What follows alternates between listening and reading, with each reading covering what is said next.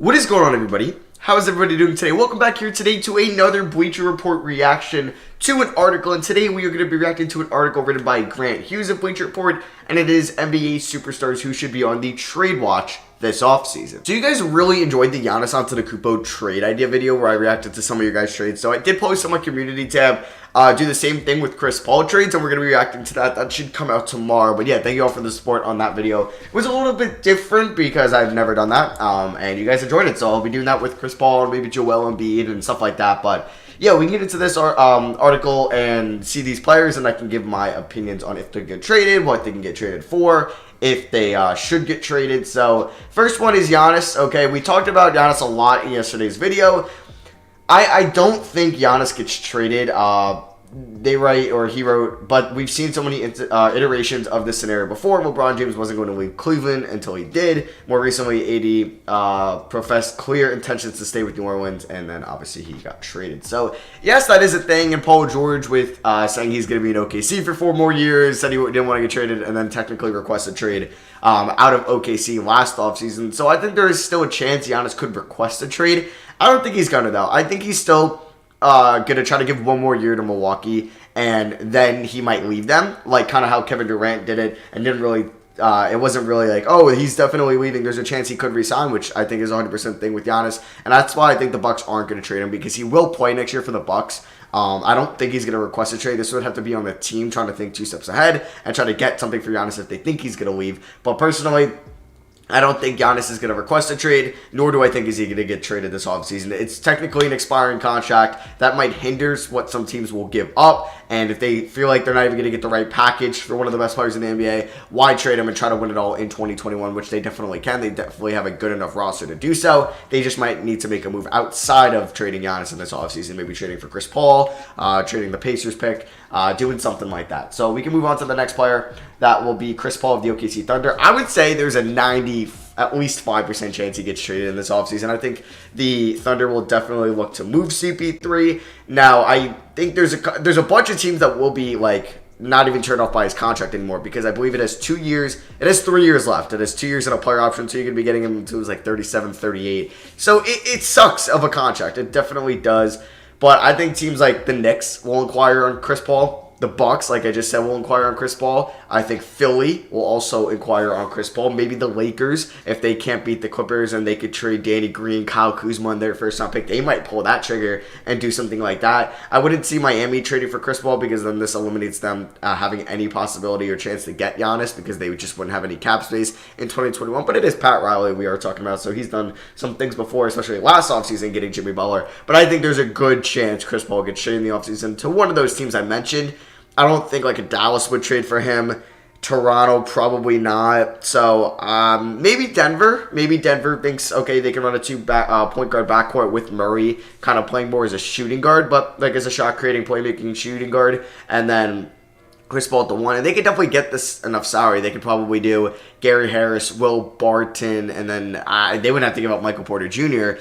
They could maybe give up, I don't know, maybe a first, maybe the Rockets first, something like that. And as long as they can match the salary. And I don't think, like, with Philly, I just don't know if Chris Paul, or excuse me, the Thunder, Sam Presti and them want to take on Al Horford's contract. Because they want to rebuild. So, I mean, Al Horford really isn't going to win you that many games, but you know what I mean. But we're going to talk about Chris Paul a lot more in tomorrow's video with trade scenarios on him. So I don't want to go too in-depth with Chris Paul. Next, we have Joel Embiid.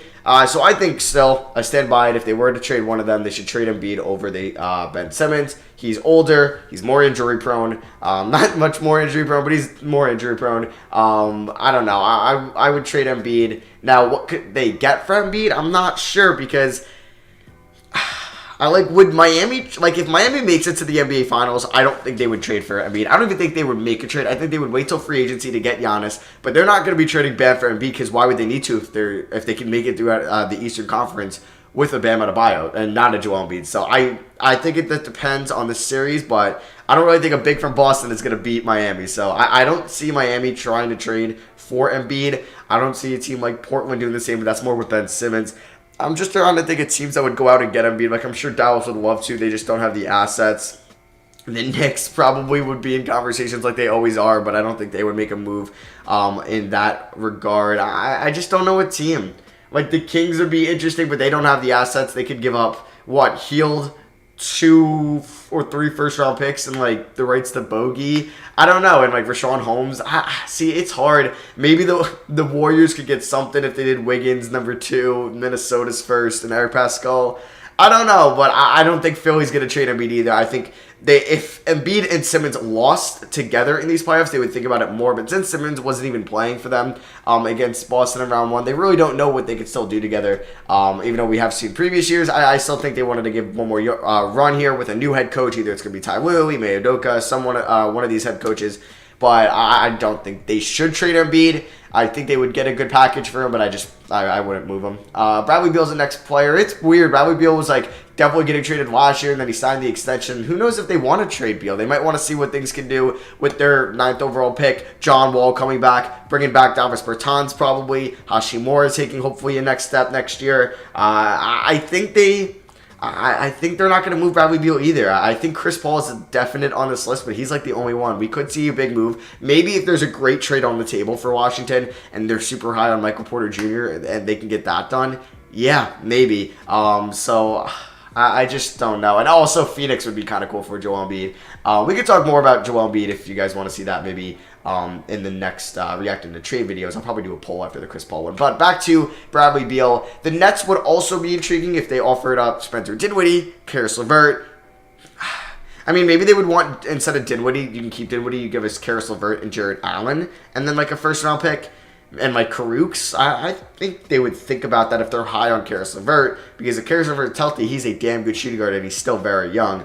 But he's not much younger than Bradley Beal is the thing. He's what, like 23, 24? He might be older than that, and Beal's 26. So I don't think Washington trades Beal in this offseason. I think it could be more next offseason in 2021. I just don't see it in this one. And then finally, we have Drew Holiday.